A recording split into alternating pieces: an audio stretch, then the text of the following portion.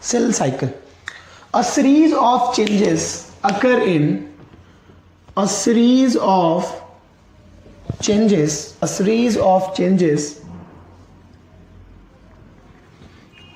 occur in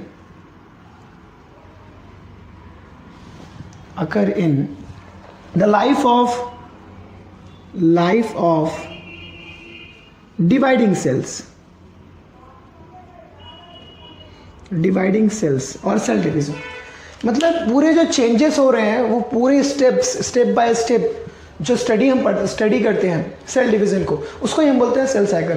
actually it is a representation of cyclic representation of cell division. What is actually cell cycle? Normally generally हम बोल सकते हैं कि cell cycle is a cyclic representation of cell division, जहां पे क्या हो रहा है, सीरीज ऑफ चेंजेस, बहुत सारे जो स्टेप्स हैं, जो सीरीज, बहुत सारी चीजें हैं जो चेंज हो रहे हैं. क्या क्या हो रहा है सेल डिवीजन में, स्टेप बाय स्टेप जो हम डिस्कस करते हैं, उसी को हम बोलते हैं सेल साइकिल. तो सेल साइकिल को दो पार्ट में डिवाइड किया गया है. सेल साइकिल को दो पार्ट में डिवाइड किया गया.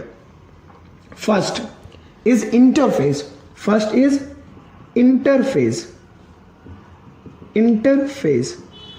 And the second is division phase. The second is division phase. Okay. Interphase को हम प्रीपरेटरी फेज भी बोलते हैं. इंटरफेज को हम प्रीपरेटरी फेज भी बोलते हैं. Preparatory phase.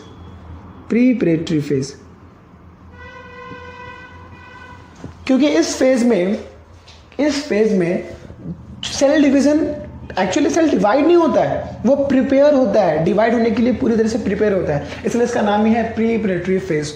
और डिवीजन फेज को हम एम फेज भी बोलते हैं. इट मे बी माइटोसिस और मियोसिस. तो शॉर्ट में तो हमने समझ लिया, माइटोसिस हम सोमैटिक सेल डिवीजन को कहेंगे और मियोसिस हम जर्म सेल डिवीजन को कहेंगे. तो गाइस जर्म सेल के डिवीजन में मियोसिस के डिस्कस करेंगे और सोमैटिक सेल के डिवीजन में माइटोसिस के डिस्कस करेंगे. माइटोसिस जर्म सेल में भी यूज होता है. माइटोसिस जो होता है जर्म सेल में भी होता है एक जगह, तो उसको हम डिटेल में बाद में देखेंगे. ओके, तो ये बात थी सेल साइकिल के फेजेस की, इंटरफेज और डिवीजन फेज. अब हम बात करते हैं इंटरफेज. इंटरफेज की अगर मैं बात करूं तो इंटरफेज आगे जाके तीन पार्ट में डिवाइड होता है. G1 phase, S phase and G2 phase. G1 first gap phase,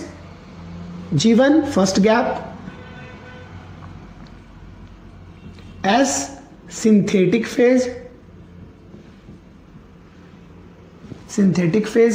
and G2 second gap phase.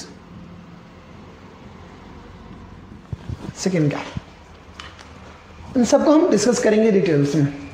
Okay, तो मैं ड्रॉ करता हूं.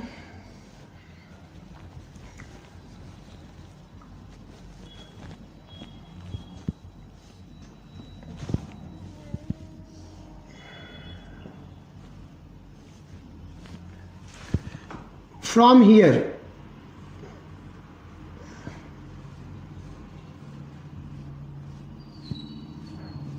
up to here, इस पॉइंट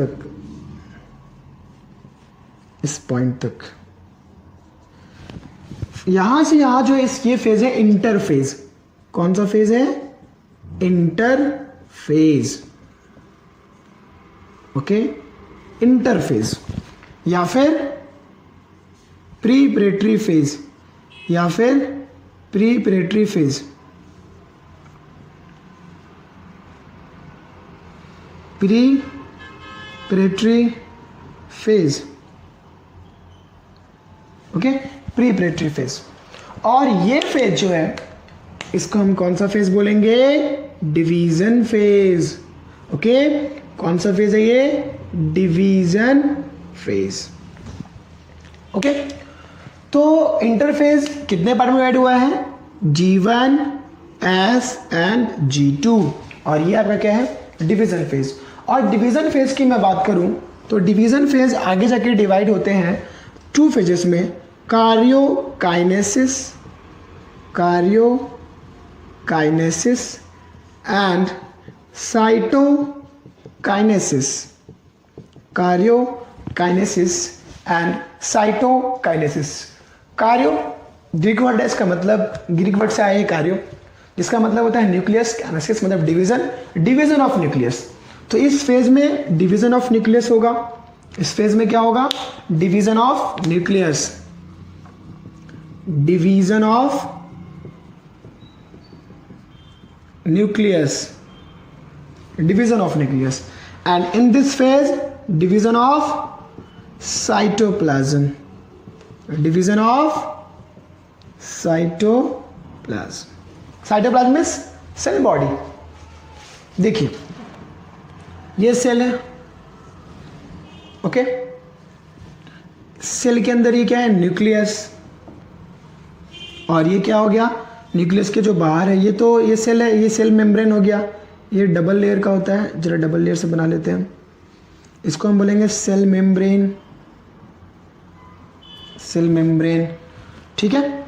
और ये जो है न्यूक्लियस के चारों तरफ, ये न्यूक्लियस के चारों तरफ जो है, इसको हम लोग बोलते हैं सेल बॉडी, सेल बॉडी या फिर साइटोप्लाज्म, या फिर साइटोप्लाज्म, सेल बॉडी या फिर साइटोप्लाज्म बोलते हैं। तो अगर न्यूक्लियस टूटा तो कार्योकाइनेसिस, सेल टूटा, साइटोप्लाज्म टूटा तो क्या बोलेंगे?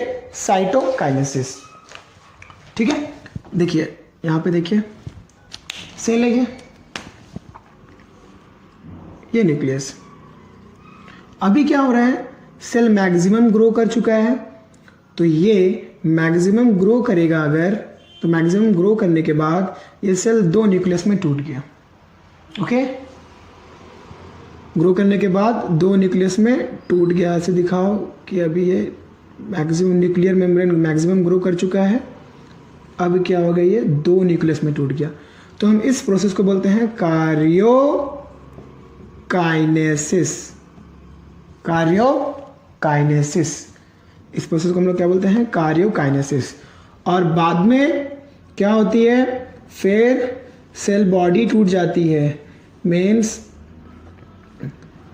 सेल बॉडी अभी टूटने को है, और आगे जाके ये 2 सेल बन गया। और इस प्रोसेस को हम लोग बोलते हैं cytokinesis, cytokinesis means division of cell.